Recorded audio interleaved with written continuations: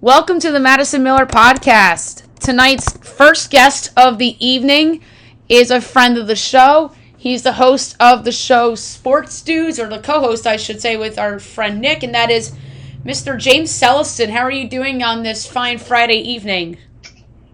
I'm doing well. How are you doing, Madison? I'm good, all right. I remember last summer we did Kevin Durant trades, and I believe we had the Phoenix Suns written down as a possible destination. So tonight we're going to do Dame Lillard trades, and they're in random order, no alphabetical order, just random teams in random order. And because I like proposing trades, and I like to agree to disagree sometimes on some of these. So we're going to start with the team that is most likely to land Lillard, and that is the Miami Heat. And this is a proposed three-way deal, so hear me out, James. Damian Lillard and Yusuf Nurkic to the Miami Heat. The Brooklyn Nets get Tyler Herro and Kevin Knox and maybe a future second. We could just put this future second aside. Portland, Cam Thomas, 2025 Suns pick, 2029 Mavs pick, 2027 Heat pick, 2029 Heat pick, Noah Clowney, Jaime Jaquez, and Nikola Jovic. I know it's a lot for Portland to get back, but it's Damian Lillard we're talking about. Who says yes, who says no, and it's three teams to evaluate here. So the three teams are Portland, Miami, and who was the third team? Brooklyn, who I have getting Tyler Herro, Kevin Knox in the trade, and maybe throw in a second-round pick too to sweeten it up a little bit. I think Miami says yes. I say Portland says yes, but I don't know if Brooklyn says yes, because if I'm Brooklyn, yes, Tyler Herro is great, and he adds a dynamic along with Mikal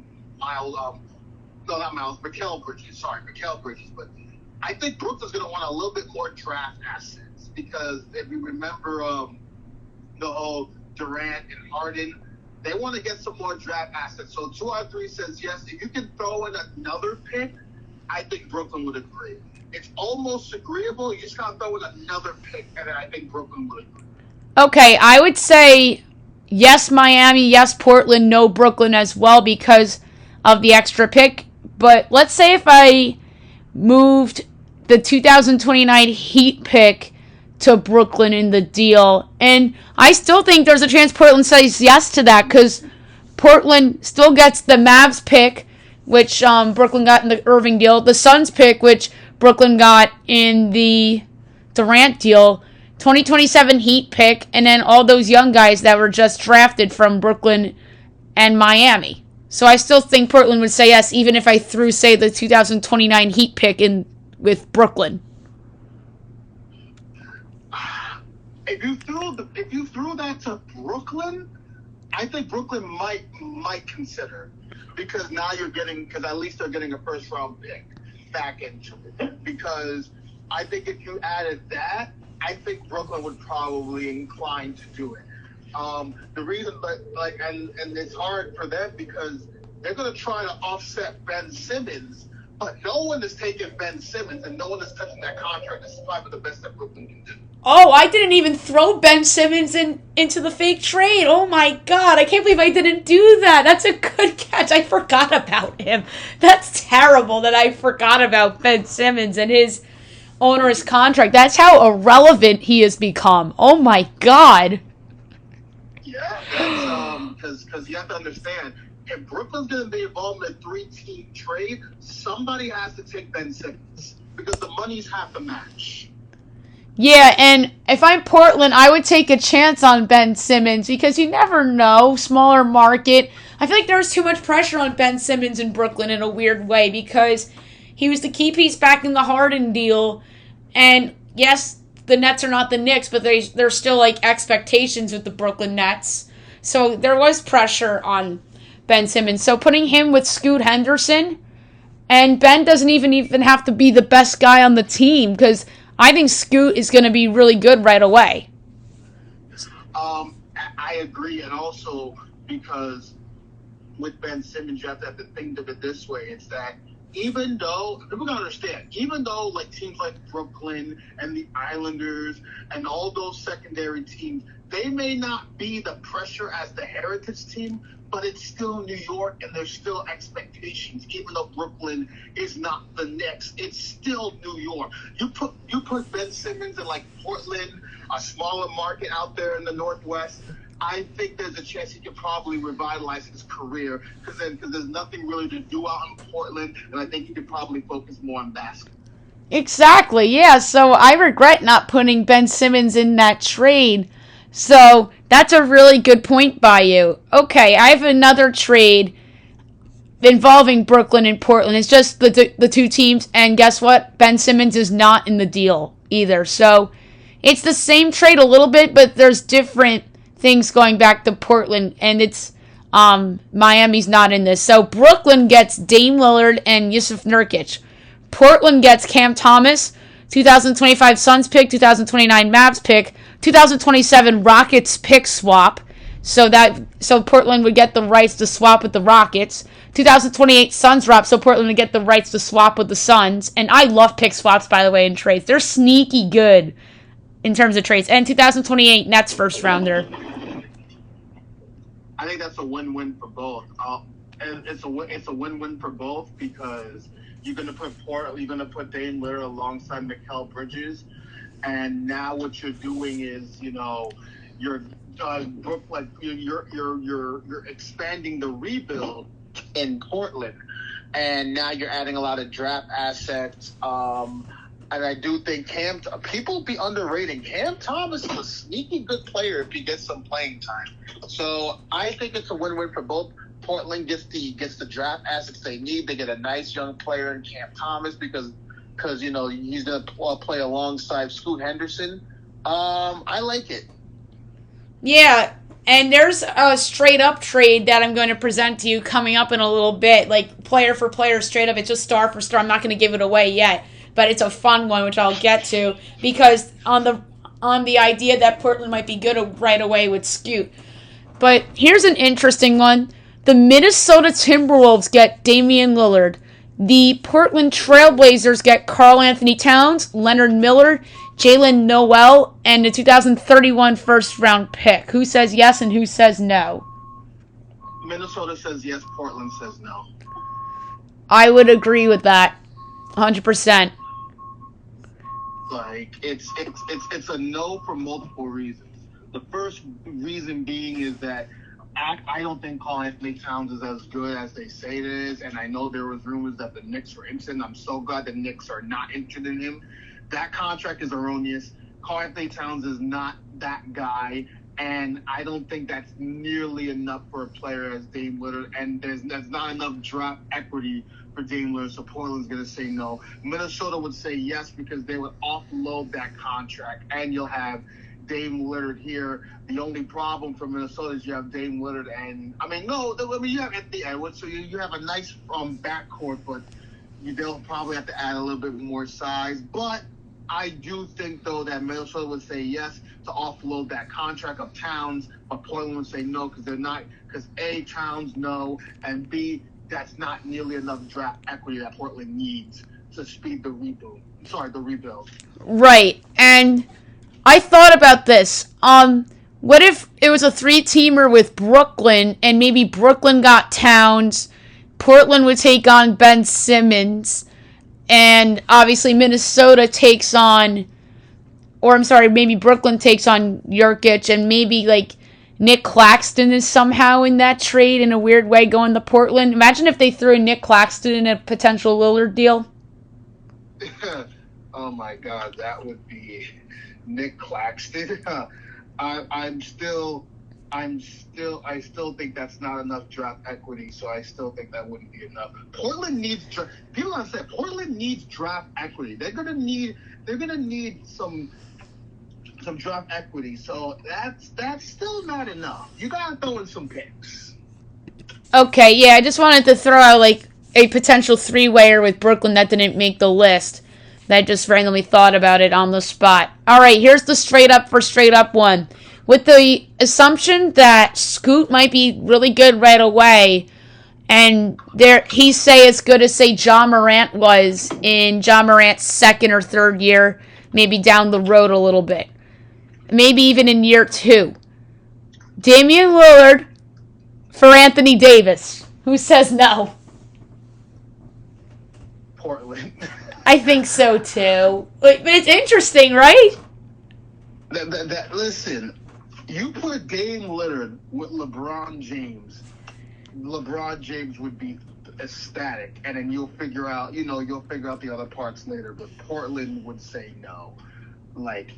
No. And plus, Davis, unfortunately, with his injury history, I don't think Portland would take a chance. Even though if a healthy Anthony Davis with a Scoot Anderson would be very intriguing. That'll make Portland a very interesting team, especially in a competitive Western Conference. That would be interesting, but still no. Okay, yeah, and I think there's a chance the Lakers will probably say yes to that. Because I still think Lillard's a better player than AD, but it's close. But it's just a fun trade to think about, right? It's a very close trade. It's not like one of those trades where you can just scoff off. It's a very intriguing trade. Like a straight up trade, that would be intriguing, because if Scoot is as good as like say John Morant is, then that would be interesting, because then Portland could be competitive. Yeah, I think Portland could be competitive. No, I don't think they're going to be competitive right away. Maybe like 2 years from now, like how Memphis got good, like 2 years after they drafted Ja. I believe it was 2021 the first time they made the postseason with Ja Morant. Am I correct? Yes, you are correct. It was not Ja's rookie year. It was his second year. It was his second year. It was second year. Ironically, that was the same time that our RJ Barrett also made the playoffs in his second year. That's right. RJ Barrett also made some Nuggets. Didn't Zion make the playoffs that year too? Zion made the playoffs that year as well. All three made the playoffs, but so far, the only two of the draft class that made further of the big three is RJ and Ja, because they both made the second rounds. That's right. Zion never won a playoff series. Right, and you know what? It's funny. I should have included New Orleans in my Lillard trades, but I didn't even think about that, because I've seen people like make up fake trades with Portland and New Orleans, with Ingram going to Portland and Dame going to New Orleans, and it would be Ingram and a couple of the Bucks picks from the Holiday deal and a couple of other future picks that they would have. Maybe, I don't know if the Davis trade is done yet, but they might have a Laker pick still coming. Like, that's just a fun trade that I didn't even think about. I feel bad for not including that. They have two more. They got two more. They got two more from the Lakers pick, and they're done with that. Okay. I wasn't sure about that. Because one of them is a pick swap. Yes, one of them is a pick swap, which is very interesting, because we got to keep our eye on that one in the future in terms of a sexy trade asset down the road for somebody. Because like I said, I love pick swaps, and I love when teams trade like the rights to a pick swap. I know our Knicks did it like a couple years ago in the Bargnani trade, which turned out to be a disaster. That's another podcast for another day. And then don't forget, there was a pick swap in the Melo trade, which landed Jamal Murray with Denver. Yeah, and that was the pick swap with. And it's funny because it was the pick swap with the Melo Knicks trade, but they traded the rights to the pick swap or whatever to Toronto in the Bargnani trade. Toronto in the Bargnani trade. Yep. Yeah. Yep. That's why, like, I think about that all the time. Like, you got to be careful with the pick swaps. It's just interesting when teams trade, like, the pick swap rights. Like I had in my proposed Miami and Brooklyn trades for Dame. So that's just a fun, like, little subplot to think about going forward with these potential pick swaps in these trades. All right. Pick swaps, Madison. Love pick swaps. Love pick swaps. Yep, and there's another one coming in this proposed trade for Damian Lillard. All right, there's a star player involved in this one. Be prepared. Okay. All right. Damian Lillard for Paul George. 2028 Clipper first, 2026 Oklahoma City swap. So the right with OKC would have to right the swap with, in theory, Portland, I guess. So Yes. that would be really, really interesting trade. So Paul George, 2028 Clipper first, 2026 OKC pick swap. The rights to swap the picks with the Thunder. And this is, like I said, like put Paul George with Scoot, and maybe like 2-3 years from now you have a contender. Clippers would definitely say yes. A healthy Damian Lillard with Kawhi Leonard would make the Clippers a very, very fun team, because I do love me some Ty Lue. I don't know if Portland would say yes, because, yeah, the pick swaps would be great, but is Paul George is another person that if he stays healthy. So I'm unsure if Portland would say yes. Yeah, that is an interesting one. I think for this one, the Clips would say yes, but Portland would say no. And pretty much every trade I put down, I agree with you. I agree with you on the Davis-Lillard thing, how Portland, I think, would say no. The Brooklyn-Portland trade by themselves, I'd say both teams say yes. All right, the Clippers are involved in this one, too. It's a 3-teamer. Okay. Damian Lillard lands with the Philadelphia 76ers. Ooh. James Harden to the Clippers with Lewis King as like a throw-in in the deal. He's a young player on the Sixers. Portland gets 2029 Sixers first, 2026 OKC swap, 2031 76ers first, 2028 Clipper first, Furkan Korkmaz as a throw-in, and Terquavion Smith, the former NC State guard, as a throw-in. I think all three teams say yes here, because Clippers get Harden, and they don't have to give up PG and Kawhi.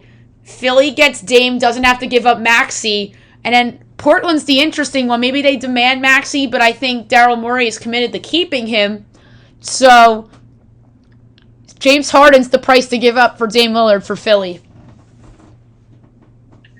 I think all teams say yes. Isn't that a great trade? Yes. It's one of those trades where I can't see the problem with it. I mean, yes, I do think Portland will probably make a push for Maxey, because obviously, Maxey is really good, and it's funny because he was on that same squad as our Emmanuel Quickly. But man, I really think all teams say yes. This is one of those trades where I see nothing wrong. I feel like everyone gets what they deserve. Exactly. And then you have like the OKC swap in there. You never know if the 2031 Sixers first. Maybe Joel Embiid's on a different team by then. Who knows? And then that Clippers first could be attractive as well.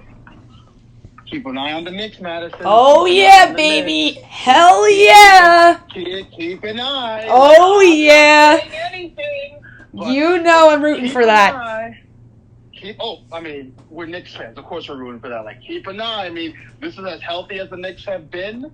And this is one of those years that if Tom Thibodeau doesn't, has a down year, they could get a coach that Joel Embiid likes. And the Knicks have a lot of draft assets, a lot of young players.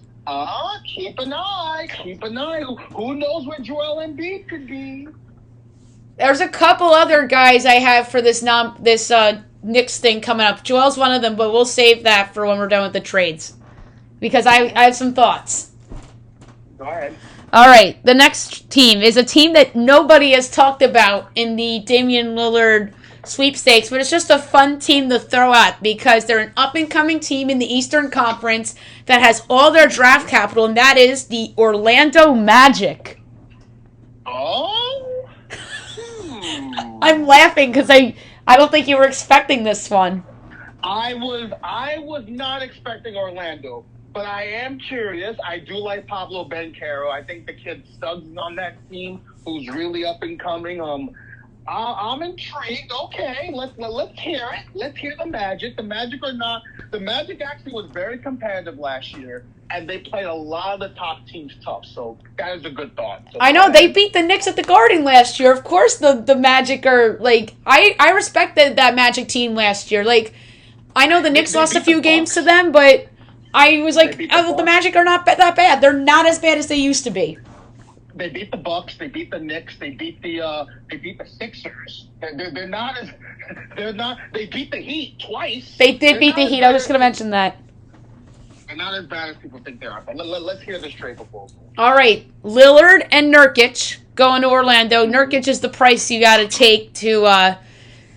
Oh, and I regret not throwing Nurkic into Philly or Clippers in that other trade, but oh well. So Lillard and Nurkic to Orlando. Portland gets Chet Howard, Gary Harris, Mo Wagner, not Franz Wagner, Mo Wagner. Franz Wagner's the better Wagner. 2024 first, 2025 Denver first, which Orlando has in the Gordon trade.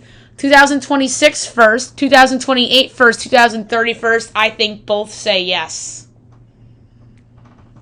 This is another win-win, Madison. Portland gets a lot of nice young players. Portland gets A, young players, B, draft assets, C, Gary Harris, and even though they didn't get the better Wagner, the other Wagner is still decent. I think it's a win-win, and if you put Damian Lillard, Pablo Banchero, and Suggs, I'm telling you, Madison, Orlando is on the come-up. Orlando's about to have some nice years since the Dwight Howard years. Yeah, and I think Orlando, even if they like stay as status quo going into next year, I think they're in play for the play-in next year. I really believe that. Spoiler alert, I have the Magic as one of my teams in the play-in. They're one of my surprise teams. They're going to be in the play-in this year. Not quite there yet in terms of who I'm going to pick, but I'm considering them. I'll put it that way. Them and Indiana are two teams in consideration. I was exactly about to say that. I was about to say Indiana. Indiana's another team to keep an eye on. And another team, don't laugh, James. I think Detroit has to be in there if Kate's healthy. No. If Chet is healthy, I don't consider them as well. I think if Kate's healthy, they have to be considered. I think the worst team in the East right now is probably the Wizards, but even the Wizards aren't that terrible. Actually, no, that's a lie. Charlotte's pretty bad. Charlotte's going to be bad. I do think the top six are going to be the top six. I think the play-in is going to be a little bit intriguing, but I do have the top six as your standard. I do think the Knicks will be in the playoffs. I think the Cavs will be in the playoffs. But after that, all the teams you may mention have a shot at playing because the East is not the least. The East is the beast. Oh, the East is very good, and I think the only two teams that I would say definitely not, but like probably not making the play-in or playoffs is not Orlando, Washington and Charlotte. Those are the two bad teams. But yes, I do agree. But let's see what other trade proposals we have. Orlando's a good one. I don't know if Dame wants to go to Orlando, but Orlando is not a team that I would sneeze at. I think if you put Dame Lillard in Orlando, I think that's a very competitive team and they can have a shot at the playoffs. Absolutely. All right, one more trade for you. This is kind of outside the box a little bit, although I did hear this team has like a dark horse Dame destination if this team is willing to kind of shake things up a little bit. The Milwaukee Bucks get Dame Lillard. And going back to Portland, Drew Holiday, 2026 Pelicans swap. So the right to swap with the Pelicans from the other Drew Holiday trade. And the Bucks 2028 own pick. I think Milwaukee, I kind of think it's a no-no, but at the same time, I wouldn't be shocked if Milwaukee said yes. It's Portland definitely saying no. I think I'm going to say Milwaukee would say yes, and this is my reason why. You got to look at Giannis Antetokounmpo. He's another star I would keep an eye on because he has not signed his extension yet. And number two is he's another person that's being very disgruntled with how he may not say it, but he's also a person that's getting very disgruntled. Yes, they had that championship, but they got embarrassed by being the number one overall seed, losing to Miami. They just fired Budenholzer. They have a new coach. And this is kind of pressure on the front office to keep Giannis happy because you don't know what plans Giannis has. So they have to keep Giannis happy. And I don't know if these these cast of characters, because Milwaukee's essentially running it back. I don't know if running it back means that they're going to have different results. So I think Milwaukee would be inclined to say yes, but again, I can also see them saying no because you're also losing depth as well.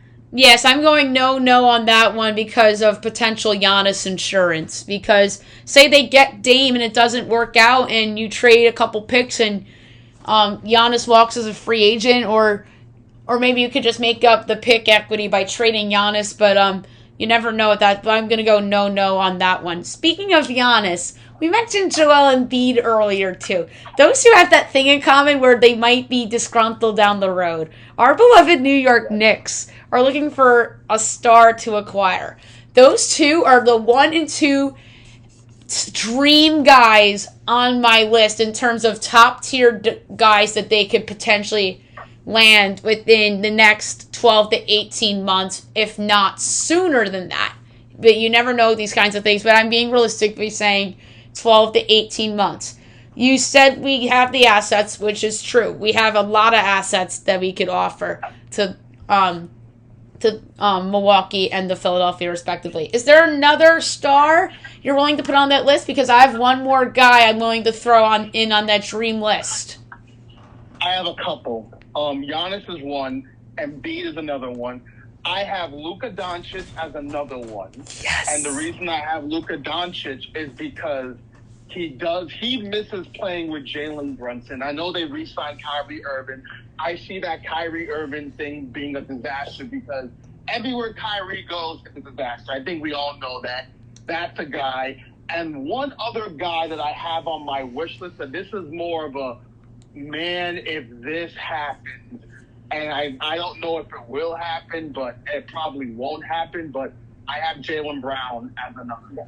Jaylen Brown I don't think is really that realistic because I don't think the Celtics would trade in division with the Knicks. Although they did trade Garnett and Pierce to Brooklyn, but that was under Danny Ainge. Danny Ainge ain't there no more. True. I thought of that the other day. What other star do you have in mind? It was Luka. It was Luka, yeah. So now let's think of this thing. We have the assets, and I think Dallas will be a little bit better. So we'll probably get their pick. Because remember, that's the top 10 projected. I think Dallas would at least make the play-in, assuming everything is healthy with Luka and Kyrie. If they work together, I'm sure they'll be good enough to make the play-in. So we'll get their pick. We also have Washington's pick. If Washington could be a little bit competitive, but I'm not banking on that. But if they're competitive, we get their pick. We have Detroit's pick, but they're not going to be good, so they're probably not. We're not probably going to get their pick. But we do got some picks to trade in the next year's coming draft, and we have our own pick. So we have ammunition to get players though that we want to, because we know that we're not going to be keeping all those draft picks. Well, let's be honest. They have to be for something. So they have to be with you don't acquire draft picks to keep.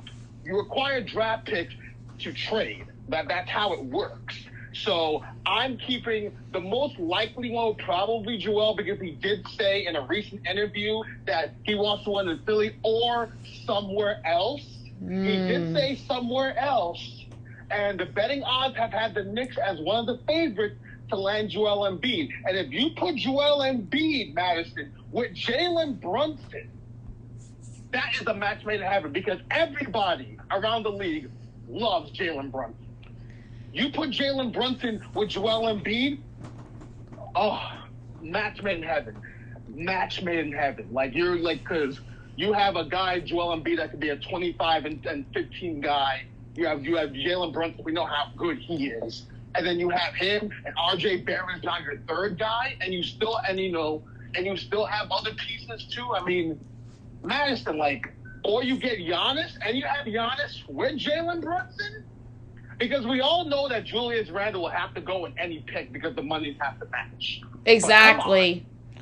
Come on. We all know that if they're going to trade, for those two guys, Randall has to be included in the trade because monies have to work. And we all know that Fournier is going to get traded because he's gone and it's an expiring contract because there's a team option. So you're going to get another likely draft asset to add. So the Knicks are going to have a lot of draft assets. They have some young players. Yeah, Obi Toppin was that sucked, but I'm telling you, Knicks have the pieces, the young players to pull off a trade for those big stars. And this is as healthy as the Knicks been, because the Knicks have been we want a star, but they'll never get one. But Madison, our dreams could be a reality in the next 12 to 18 months.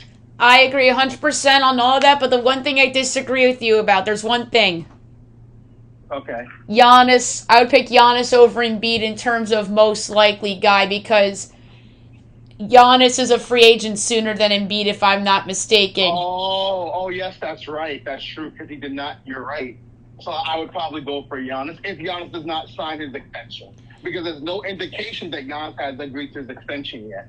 Exactly. That's why I put Giannis ahead of Embiid on the list. Only because of the extension thing, but I understand why you originally went with Embiid, because of the Kentucky ties and Wes and Leon Rose. So I understand why you went there, but I'd go Giannis because of the extension not being agreed upon yet.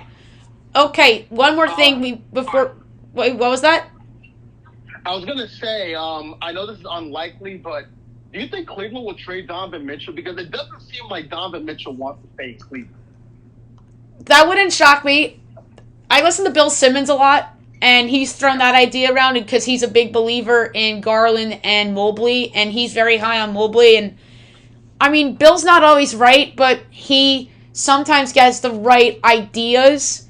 So, like, I wouldn't be shocked if Mitchell's like an unexpected name available, but that's not somebody I would acquire. I'd rather go for Luka or Giannis or Embiid. Mitchell will be a guy that I would add secondary, not priority. He'd be a secondary guy. He's a secondary guy. If you put Mitchell with all the names that we mentioned, I would be inclined to do that. Yes, and one more secondary guy that's my dream secondary guy. I mean, some people won't even look at him as a secondary guy because I think a lot of people underrate this guy, and maybe I'm overrating this guy. I really love Pascal Siakam. I love Pascal. I think I think he's another secondary guy that, again, if you have the star, like we all know Brunson's a star. Yep. If you add the alpha star with Brunson and then you bring in Pascal, that's a championship team. If you bring in like a Giannis with Jalen Brunson and then you acquire Pascal, tell me, Matt, that's not a championship team. That's a championship caliber team if it's Giannis, Pascal, and Brunson, or Embiid, Brunson, and Pascal, or even Luka, Pascal, and Brunson. So my favorite secondary guy is by far Siakam. And then you can even throw in Randall in one of those in a trade for Pascal too, because of the positional thing. What you could do is you could throw in Pascal with Randall, and then you throw in a couple of picks, and then you can go all big with Luka or whoever, and you throw in a bunch of picks, and you throw in some young players, and then bam, then you have a big championship team, but then you'll worry about the roster afterwards. And then you'll have a star. You have two big stars, because Brunson's a star. You'll add the alpha star, another star, and a secondary guy. And you can't tell me, Madison, that team is not a championship caliber team. That's a team that's a favorite to win the East. Exactly. It is. All right, before we go, we're sitting here talking about basketball trades. Where things stand right now, Mets losing 1-0 to the Red Sox, bottom of the first. Yankees up 1-0 against the Royals, bottom of the second. I think the Mets will probably trade David Robertson. You would think so, right? Yes, I think the Mets will trade David Robertson. I think Marcano will probably get traded. The Yankees are a wait and see. If the Yankees fall flat on their face and then they fall flat face against the Mets, I can see the Yankees actually selling some pieces. Like, I can see them trading Bader and some other pieces as well. I think the Yankees are more of a wait and see, but I definitely think the Mets, regardless, they would have to trade Robinson and they have to trade Canna. And I think Tommy Pham will probably get traded as well. And I think what's going to happen is They're gonna get some prospects back, and I think once the Mets hire, I think it's gonna be David Stearns. That's probably what they're gonna get, and then they can go from how they're gonna address their roster. I don't think Ohtani gets traded. I think Ohtani's probably gonna go with the Dodgers, and the Mets will probably be the second team I would think he would go. But it will probably be, if Ohtani gets traded anywhere, I got a surprise team. If Ohtani does get traded, I wouldn't be shocked to get traded to the Baltimore Orioles. They have a ton of prospects. They have a top 5 farm system in baseball. The Orioles are rolling, and if you add Ohtani into that mix, the Orioles are legit. Yes, they are. The O's have the assets to get him. I did my predictions for the trade deadline, or not for the trade deadline, for the second half of the season last week on the podcast, and I had Ohtani to the Philadelphia Phillies as like a surprise contender. No one in the media is talking about Ohtani with Philadelphia. That's a big market team. You want Ohtani in a big market. Philadelphia, Dave Dombrowski, don't forget he's in charge of Philadelphia. He thinks big things all the time. So don't sleep on that one. Trader Dave. Trader Dave, baby. Yeah. That's where I think he goes if he's traded next week. Another team that I'll throw into the mix, I could see he's not getting traded to the Dodgers. I could see Baltimore. I could see. I know you're gonna think like this ain't gonna happen, but I've been hearing Ohtani to the game. Now I've heard it too. I don't think it's happening either, Madison. But if you throw in Dominguez, Everson Peraza.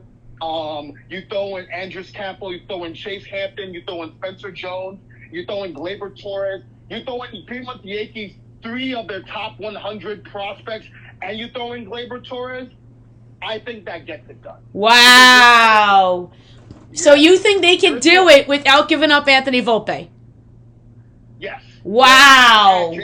Jason Dominguez, Spencer Jones. Okay. I know I'm gonna throw in Austin Wells. Okay, that's necessary. I will throw in Chase Hampton. I will throw in Clayton Bieber. I like Clayton Bieber. Bieber's in the top is one of the top Yankee pitchers in their front. Yep. And then I'll throw in I said Hampton, and I'll throw in Andres Campo, and I'll throw in Everson Peraza. So that's 7. So that's pretty much. I'm throwing at least 5 top prospects. And then if they'll do it without even adding Volpe, that gets it done. And you'll throw in Gleyber Torres because at least Gleyber Torres is major league ready. He's actually having a decent season. That gets it done. Alrighty, so that's just a fun way to close out the show. I have another guest following you to do horse racing. My buddy Jeff Burns, who you probably have heard on my show before. Yep. I've heard of him. Yep, he's going to come on do the Haskell with me. We're going to go over to horse racing for the weekend up at Monmouth Park in Jersey. We'll talk about the Yankee-Mets situation, and we'll talk Saquon with him as well. So stay tuned and listen out for that one. So, James, it was a pleasure to have you on, and hopefully we'll have you on come August to talk some other stuff that's going on. Yes. Can't wait. Thank you, Madison. Anytime. Have a good one.